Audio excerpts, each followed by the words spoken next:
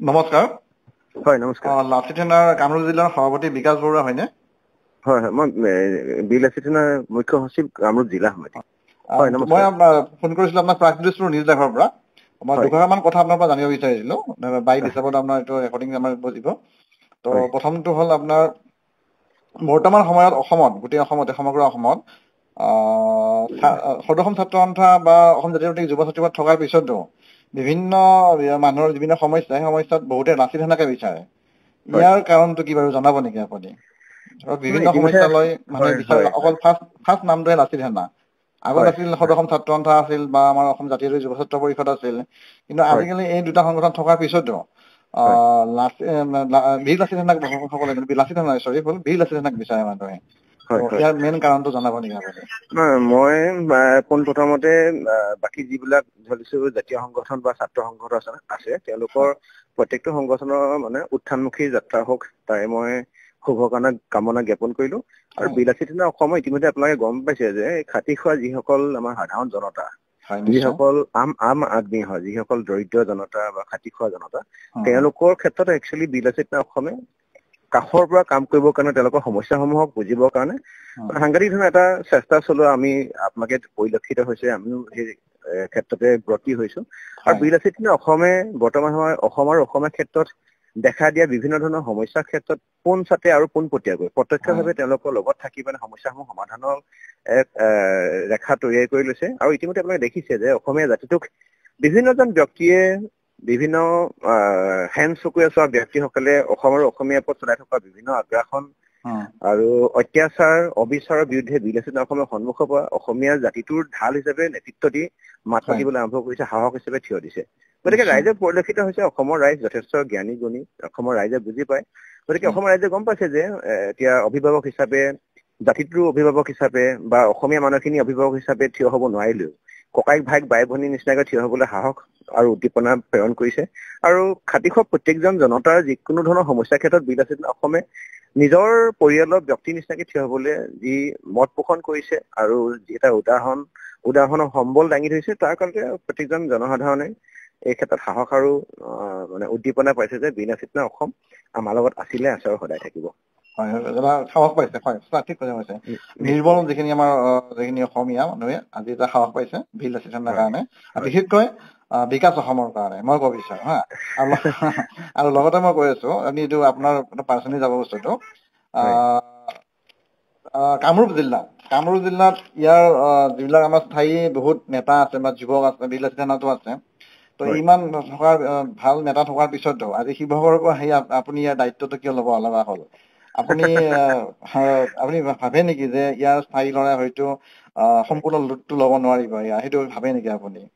নাই, মানে কথাটো হ'ল এনেকুৱা ধৰণৰ, মই জয়াই শিৱসাগৰ বা জয়াই গুৱাহাটী কেতিয়াও কৈ পোৱা নাই। মই জয়াই অসম বুলি কওঁ, যে অসম বুলি কওঁ এতিয়া শদিয়াৰ পৰা ধুবুৰীলৈ এতিয়া মানে শদিয়াৰ পৰা ধুবুৰীলৈ যিকোনো ক্ষেত্ৰত মানে প্ৰত্যেকজন ব্যক্তিয়ে কাম কৰাৰ অধিকাৰ আছে। কথাটো হ'ল এনেকুৱা ধৰণৰ, আপুনি যদি ভালকৈ যদি পৰ্যবেক্ষণ কৰে, বৰ্তমান সময়ত যদি আপুনি গেলা মাছ সোমোৱা যদি পুখুৰীটো চাই, মানে বহিৰাগত ব্যক্তিসকল, যিসকল ব্যক্তিয়ে অসমৰ আৰু অসমীয়াৰ ওপৰত অত্যাচাৰ চলোৱা বিভিন্ন ক্ষেত্ৰৰ পৰা আপুনি যদি ভালদৰে চাই, দুৱাৰ মুখখন হ'ল কিন্তু গুৱাহাটীখনে। আকৌ গুৱাহাটী ফালেদিয়ে সোমাই, গুৱাহাটী ফালেদিয়ে বিভিন্ন ধৰণৰ অবিচাৰ, অত্যাচাৰ, আগ্ৰাসনৰ আৰম্ভণি হয়।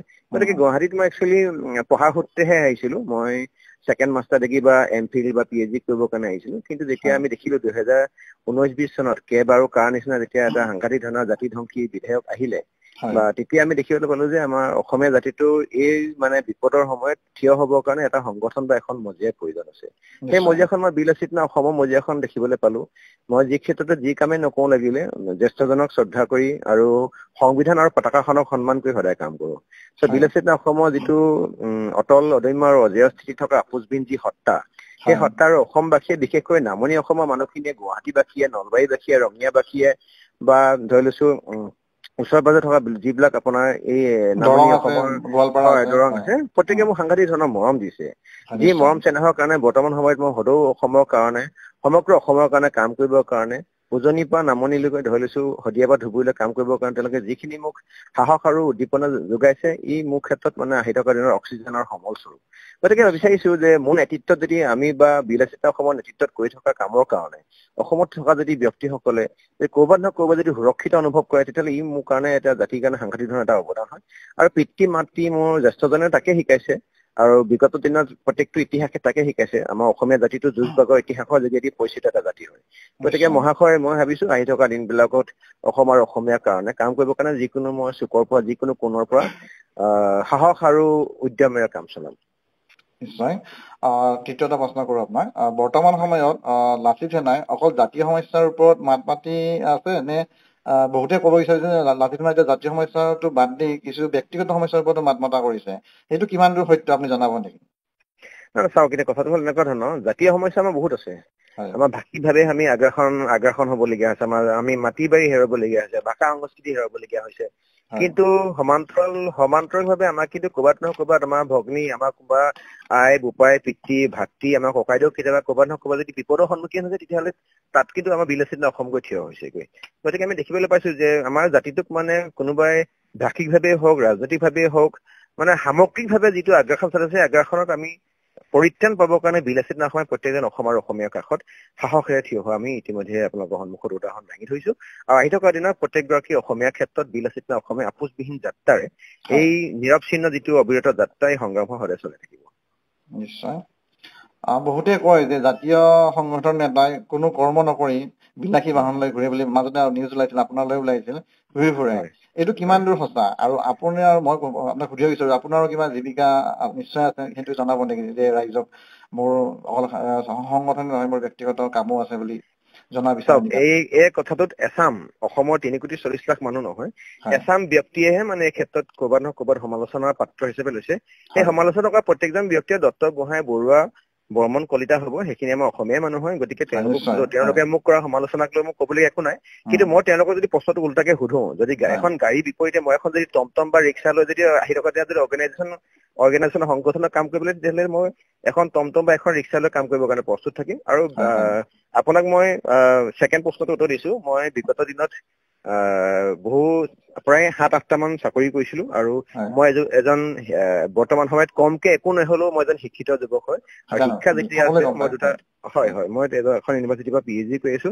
আৰু শিক্ষা 6লৈকে পঢ়া মানুহজনে যদি আপোনাৰ অসম বিধানসভা যদি MLA হ'ব পাৰে তেতিয়াহ'লে মই মাষ্টাৰ ডিগ্ৰী বা PhD কথা গুলিম আৰু মই এজন গ্ৰেজুৱেট হিচাপে চাগে মই 100% চাগে মোৰ ভাগত কিবা এটা ইনকাম চ'ৰ্চ থাকিব। আৰু হ'ল বুলিলে সকলোকে যে প্ৰত্যেকটো প্ৰশ্ন উত্তৰ দিব লাগিব বুলি মই নাভাবো। গতিকে কথাটো এটা কথা, সৎ পথত থাকি কেতিয়াও কোনো কাৰণত আনক অন্যায় নকৰাকে কাম কৰিছো। যদি এটকা ঘটিছো তাত 1 টকা মানে 100 পইচা তাত মোৰ তাত সততা লুকাই আছে। গতিকে ইয়াত কেতিয়া কোনো কাৰণত প্ৰত্যেকজন মানুহৰ ব্যক্তি প্ৰশ্ন উত্তৰ দিব লাগে বুলি নাভাবো।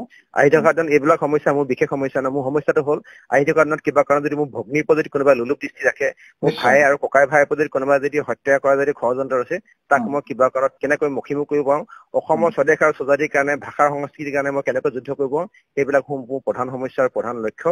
গতিকে এইবিলাক আবুল তাবুল কথাবিলাকৰ প্ৰশ্ন উত্তৰ মই আপোনাক মই দিবৰ কাৰণে মই প্ৰস্তুত নহয়। আৰু কোনোবা যদি 100টা মানুহে যদি পাছলৈ মই শিলগুটি মাৰিছে, প্ৰত্যেকটো শিলগুটি উত্তৰ দিবলৈ মই বৰ্তমান সময়ত মোৰ ওচৰত সময় নাই। গতিকে মোৰ দৃষ্টি আৰু লক্ষ্য হ'ল অসম আৰু অসমীয়া মূৰ তুলি জীয়াই থাকিব লাগিব। অসম আৰু অসমীয়াই যি প্ৰভুত্ব আছিলে তাক সদায় জীয়াই থাকিব লাগিব। অসমৰ সক্ৰিয়তা, অসমৰ ঐতিহ্য আৰু বৈশিষ্ট্য সদায় একে থাকিব লাগিব। নিশ্চয়, বঢ়িয়া, ভাল লাগিল। আৰু চতুৰ্থটা প্ৰশ্ন কৰোঁ আপোনাক। বৰ্তমান যি উচ্ছেদ চলিছে, বৰ্তমান চৰকাৰৰ নেতৃত্বত যি উচ্ছেদ চলি আছে, সেই উচ্ছেদক আপুনি কিমান দূৰ সমৰ্থন কৰে আপুনি? প্ৰত্যেকজন শিক্ষিত গুণী জ্ঞানী অসমক ভাল পোৱা ব্যক্তিয়ে ইয়াক সমৰ্থন কৰে। কিন্তু সমৰ্থনটো কেতিয়াও কোনো কাৰণত অমানৱীয় হ'ব নালাগে। এইটো মানে যিটো উচ্ছেদ আছে, উচ্ছেদটো অমানৱীয় হ'ব নালাগে। উচ্ছেদ কৰাৰ আগত পুনৰ সংস্থাপনৰ ব্যৱস্থা কৰিব লাগে। গতিকে ইয়াক লৈ কেতিয়াও কোনো কাৰণত ৰাজনৈতিক বোকা খেলিব নালাগে। ইয়াক কোনো কেতিয়া কাৰণত এবাৰ হিন্দু মুছলমানৰ বিষয়বস্তু বা ইয়াত ধৰ্মীয় এটা প্ৰলেপ সানিব নালাগে। মই বিচাৰো ইনহিউমেন কাম কৰাতকে ইনষ্টিড অফ ইনহিউমেন কাম মানে হিউমেনিটি ক'ৰবাত নহয় ক'ৰবাত জীয়াই ৰাখিব লাগে। কাৰণ এনেকে কাটি দিলে আপোনাৰ তেজ মোৰ তেজ, হিন্দু মুছলমান জৈন খ্ৰীষ্টান সকলোৰে তেজৰ ৰং একেই, ৰঙাই হয়। গতিকে মই বিচাৰো ক'ৰবাত নহয় ক'ৰবাত হিউমেনিটি জীয়াই থাকিব লাগে। সেইটো হয়। কিন্তু উচ্চাৰিতসকলৰ ভিতৰত 90% আপোনাৰ যিহেতু ইছলাম ধৰ্মাৱলম্বী লোক দেখা যায় আৰু চৰকাৰে মতে মেক্সিমামে আপোনাৰ 71 পিছৰ বুলি কয়। আৰু এতিয়া বিভিন্ন সংগঠনে দাবী কৰি আছে যে এইখন চৰকাৰে মানে মুছলমান টাৰ্গেট কৰি লৈছে, হিন্দুসকলক টাৰ্গেট কৰা নাই। ইয়াৰ ক্ষেত্ৰত আপোনাৰ মন্তব্য কি? মই এটা হিন্দু মুছলমান শব্দটোত আপোনাৰ লগত মই এটা শব্দ মই ক'ব নিবিচাৰিম, কিন্তু আপুনি যদি মোক এনেদৰে সোধে স্বদেশী আৰু বিদেশী, কাৰণ বিদেশী খেদা আন্দোলনটো আপোনাৰ সদৌ অসম ছাত্ৰ সন্থাৰ আমাৰ সকলো প্ৰত্যেকজন অসমীয়া আত্মাস্বৰূপ অসম চুক্তিতে তাক সম্পূৰ্ণকৈ লিখা আছে যে বিদেশী বিতাৰণ কৰিব লাগে। গতিকে স্বদেশী বিদেশী যদি আপুনি ভালদৰে চাই, বিদেশীক বহিষ্কাৰ কৰা যদি নীতিত যদি তেওঁলোক যদি পৰিছে, তেতিয়াহ'লে তেওঁলোকক বহিষ্কাৰ হিন্দু হওক বা মুছলমান হওক তেওঁলোক মোক ক'বলগীয়া একো নাই। আপুনি সোধা প্ৰশ্নটো আৰু অলপমান যদি আপুনি টানকে সোধে মোৰ এনেকুৱা লাগিব আপুনি প্ৰশ্নটোত আপুনি একচেটিয়া হৈ সুধিছে যেন লাগিব। গতিকে আপোনাৰ উত্তৰটো মই এনেকে হ'ব যে মই হিন্দু মুছলমান আপুনি মোক নুসুধিব, মই মোৰ ফালৰ পৰা পাৰ্চনেল ৰিকুৱেষ্ট হয় আপুনি মোক স্বদেশী আৰু বিদেশী বুলি সোধক। কাৰণ আপুনি যদি হিন্দু মুছলমানৰ কথা ক'বলৈ যায়, আজি হিমন্ত বিশ্ব শৰ্মা হোৱে বায়, আজি পীযুষ হাজৰিকা হোৱে বায়, আজি ধৰিছো RSSৰ বহু ব্যক্তি হোৱে বায় আমাৰ ইছলাম আলী আহমেদ হুছেইন আছে।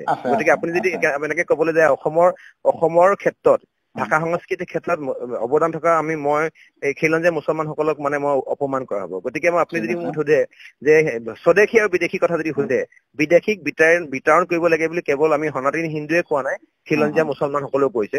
গতিকে এটাই আপোনাৰ মই ক'ম, নন পলিটিকেল এটা এজেণ্ডা লৈ অসম আৰু অসমীয়াৰ কাৰণে আহি থকা ভূত ভৱিষ্যতৰ কাৰণে যাতে প্ৰত্যেকজন প্ৰজন্মই মূৰ তুলি যদি জীয়াই থাকিব পাৰে, তাক সেইটো কাৰণে হিউমেনিটি হাতত ৰাখি পেলাই ইনহিউমেন কাম কৰিব নালাগে আৰু মানৱীয়তা হাতত ৰাখি পেলাই উচ্ছেদ চলিব লাগে। উচ্ছেদ এটা কাৰণে হ'ব লাগে, কাৰণ আহি থকা দিনবিলাকত এনেকৈ যদি আপোনাৰ চৰণীয়া প্ৰথা হিচাপে যদি বিদেশী মানুহে যদি আমাৰ যদি অসমৰ যদি অসম ভূমিক যদি দখল কৰে, আহি থকা কাৰণে বনাঞ্চল জনাঞ্চল সকলোবিলাক ধ্বংস হ'ব, শেষ হ'ব। আপুনি মই থিয় হৈ থাকিব না ভৰি তলত মাতি নাথাকিব। মানে আপুনি ক'ব বিচাৰে যে 71ৰ পিছত সকলো বিদেশীয়ে অসমৰ পৰা বহিষ্কাৰ হ'ব লাগে, সি হিন্দুৱে হওক 100% এখন শুদ্ধ আইনাসী কথা 100% এখন শুদ্ধ আইনাসী কথা হ'ব। যিখন শুদ্ধ আইন আছে আহি থকা দিনবিলাকত অসমীয়া আৱেগ অনুভূতিৰ ক্ষেত্ৰত গুৰুত্ব দি অসমীয়াৰ এই ভূমি সংৰক্ষণৰ ক্ষেত্ৰত ক'ৰবাত নহয় ক'ৰবাত গুৰুত্ব আৰোপ কৰিব। হয়, বৰ্তমান আগন্তুক দিনত ভাৰতবৰ্ষত গোটেই ভাৰতবৰ্ষতে আপোনাৰ NRC হ'ব 51 হ'ব, 51। তো 51টো আপুনি অসমতো হোৱাটো বিচাৰেনে? এতিয়া মই চাওক, এতিয়া মই ঘপকে 71 বিচাৰো 51 বিচাৰো মই এইটো কৈ দিবলগীয়া কথা নহয়, কাৰণ ইয়াত বিশেষজ্ঞ ব্যক্তিসকলে বহিব, ইয়াত জৰীপ চলিব, ইয়াত হাই লেভেল ইনভেষ্টিগেশ্যন চলিব, আৰু ইয়াত কোনটো কৰিলে ভাল হয় সেই বিষয়টো আপুনি মই কৈ দিলেও ভুল হ'ব। গতিকে ইয়াত দ্বিপাক্ষিক বা ত্ৰিপাক্ষিক এটা আলোচনা চাগে সম্ভৱত হ'ব, দল সংগঠন, চৰকাৰ, সচেতন মহল। মই বিচাৰো এটা ইয়াত বিজ্ঞানসন্মত আৰু ইতিপূৰ্বক বা মানে ইতিবাচক এটা মানে বিষয়ত সমাধান আহিব লাগে। শেষত মই এটা কওঁ আপোনাক, প্ৰশ্ন এটা কৰোঁ, ভৱিষ্যতে আপোনাৰ ৰাজনীতিলৈ অহাৰ কোনো সম্ভাৱনা আছে নেকি? যে হয়, আপুনি গুৱাহাটীৰ কোনোবা সমষ্টি আপুনি ভাবিছে নেকি? ইয়াত গুৱাহাটীৰ কোনোবা 4টা সমষ্টি আছে আমাৰ ইয়াৰ, তাৰ কোনোবা সমষ্টি আপুনি নিৰ্বাচন মানে মনত ভাবিছে নেকি? আপোনাৰ কিবা আহিছে নেকি মনত? এই প্ৰশ্নটো বৰ্তমান সময়ত মোৰ কাৰণে অমূলক হয়। আপুনি যদি প্ৰশ্নটো 2028-29 সোধে তেতিয়াহ'লে ইয়াৰ প্ৰশ্নটো উত্তৰ থাকিব।